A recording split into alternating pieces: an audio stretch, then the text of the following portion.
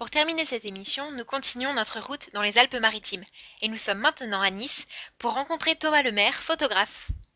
Donc je suis Thomas Lemaire, moi dans la vie je suis photographe depuis déjà 5 ans. J'ai commencé finalement en faisant des photos des mariages et des événements juste comme ça au début au plaisir. Et de fil en aiguille j'ai eu la chance d'être repéré par plusieurs artistes et de commencer à exposer dans des lieux assez sympas. En commençant sur Nice, puis après dans toute la France et maintenant à l'étranger. Et c'est vrai que ça m'a mené de fil en aiguille à développer mon art et du coup à vendre mes œuvres un peu partout, en galerie, en salon. Puis aujourd'hui faire des photos à la fois pour des professionnels, pour des particuliers, et j'ai monté 2 autres boîtes depuis. J'ai vraiment créé un style au fur et à mesure des années. Au début c'était vraiment photo de paysage, j'ai jamais photographié l'humain dans mes photos d'art, la différence des shootings en fait finalement. Et au fur et à mesure des expos et de ce qu'on m'a dit de mon travail, je me suis rendu compte que ma préférence, c'était de photographier ce que construit l'homme sans montrer l'homme lui-même. Finalement, j'aime beaucoup l'architecture, j'adore la nature, etc. Et dans toutes mes photos, ça arrive qu'on voit des humains, mais c'est très rare, et on ne les voit jamais en gros plan. Et dans l'architecture, j'aime bien montrer que l'homme construit des choses, mais finalement, ce qu'il construit, ça reste, mais l'homme, il disparaît après. Et je pense que c'est un regard que j'ai gardé et que je continue à garder parce que ça me plaît. La photographie, c'est effectivement ma première activité principale. J'ai vécu de ça, je vis encore de ça, mais en fait j'ai développé d'autres activités depuis. Donc j'ai 2 autres sociétés. J'ai fondé un organisme de formation professionnelle il y a 12 ans, et depuis 2 ans je suis en tant que directeur général de la société. Donc c'est totalement différent de l'art, et là c'est mais autant de plaisir en fait, c'est l'entrepreneuriat, donc après quand on aime ça, il n'y a pas de souci. Et depuis l'an dernier avec ma compagne, on a créé notre société, et là c'est vraiment lié à l'art, je suis revenu sur mon métier originel on va dire, et on a créé une société qui développe l'art contemporain en France et dans le monde, avec la création d'un salon international qui s'appelle Nice Art Expo, qui aura lieu à Nice l'an prochain. Le confinement, c'est vrai que ça a été une période où j'ai beaucoup travaillé finalement.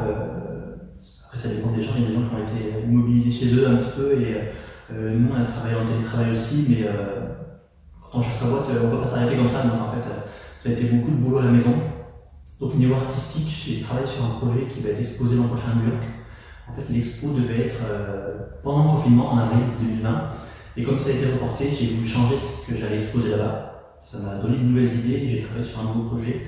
Je ne peux pas trop en dire pour l'instant parce que c'est top secret, mais ce que je peux dire, c'est que ça reste dans la photo, mais j'intègre d'autres matériaux dans mon travail. Ça a eu un impact parce que du coup, ce nouveau projet dont je ne peux pas trop parler aujourd'hui pour New York, ça va changer beaucoup de choses dans mes photos.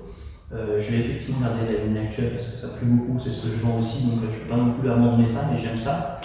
Mais le nouveau travail que je vais présenter, oui, c'est dû à cette période-là, et ça va être une nouveauté, et ça donc, je ne sais pas si ça fait naître en moi une envie de travailler différemment, mais du coup, en tout cas, ça me pousse à le faire. Donc du coup, j'ai envie de dire, on va voir ce que ça donne à New York, et si ça plaît, et que ça continue à me plaire, parce que je vais continuer à en faire aussi, on le fera encore. Je dirais que la première chose, c'est de prévoir différemment les événements artistiques parce que la crise et depuis le déconfinement, ce qui a changé, c'est qu'on ne peut plus prévoir les choses comme on pouvait le prévoir avant. Et nous, on travaille sur un événement qui a lieu dans 7 mois et on travaille depuis quasiment 2 ans et demi dessus. Et on sait qu'en 7 mois, les choses peuvent changer énormément. Et on voit par rapport aux autres projets qu'on fait, on crée plusieurs expositions, que comme on ne peut pas trop prévoir à long terme, il y a des projets qui se font presque de façon presque de façon spontanée, où parfois il n'y a pas besoin, un projet doit être travaillé, c'est normal. Et je pense que parfois on attendait trop pour activer des projets. Ben là, avec cette crise, on se dit autant les faire maintenant, on teste et puis on verra. On ne va pas attendre 10 ans pour faire un projet. Ok, on est structure, on travaille avec les personnes qu'il faut et on fait en sorte de le faire bien. Mais voilà, parfois je pense que maintenant, du coup, des projets peuvent être accélérés. Et on se dit, on essaye et puis au moment où on le lance, on n'attend pas trop.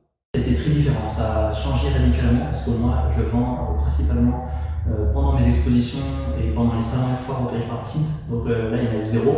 Donc c'est vrai qu'au niveau des ventes, c'est pas du tout le chiffre d'affaires du moment. Et depuis qu'on a repris les expos, parce que j'ai quand même fait 3 expos depuis, j'ai vu qu'il y a quand même un changement, et je pense que les consommateurs, pas forcément les collectionneurs, mais ceux qui achètent une photo vraiment juste pour se faire plaisir une fois, je pense qu'ils font attention à leur budget, moi. Pour l'instant en tout cas. C'est vrai qu'après la crise, on sait qu'il y a des gens qui ont épargné pendant la crise parce qu'il y en a qui ont moins dépensé, mais il y a aussi beaucoup de gens, et je pense que c'est des gens qui consomment de l'art contemporain, qui sont aussi des chefs d'entreprise, qui ont peur pour demain maintenant, et qui n'ont pas forcément envie d'investir dans l'art maintenant. Ça se comprend. Et donc je pense qu'il faut laisser un peu passer de temps et voir comment ça évolue demain. Effectivement, il y a eu une répercussion sur les ventes, ça c'est vrai. Pas dans les achats que j'ai eus, mais par rapport aux vues sur mon site et les photos que j'ai postées sur les réseaux sociaux, celles qui ont le plus plu pendant toute la période de confinement, c'est ça où il y a des grands espaces. Et je me suis mis à partager des grands espaces de mes anciens voyages que je n'avais jamais partagé finalement, parce que les gens savaient besoin d'air, moi aussi, le premier. Et finalement, partager des photos de voyage à la fois en France et à l'étranger, ça faisait du bien et à moi et à tout le monde. Et donc du coup, c'est vrai que pendant le confinement, on a beaucoup bossé avec ma compagne sur le projet Nice Art Expo. Donc on a créé, ça fait déjà 2 ans qu'on travaille dessus en fait.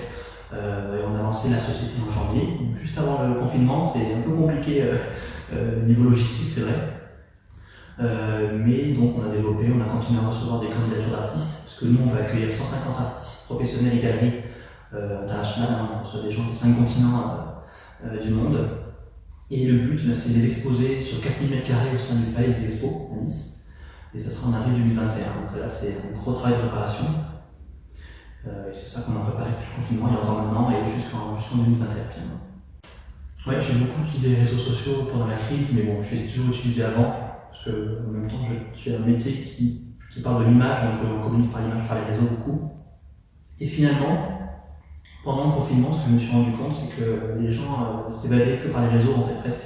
Donc c'est vrai que j'ai partagé pas mal de photos et on a beaucoup avancé sur les pages de Nice Art Expo. En fait, voilà, on présentait beaucoup d'artistes à partir de ce moment-là.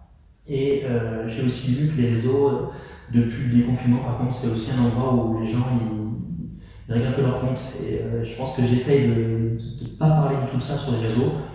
Finalement, j'ai choisi de ne pas forcément trop donner mon avis sur la crise actuelle sur les réseaux, et vraiment rester sur que du contenu positif et voilà, l'artistique en fait.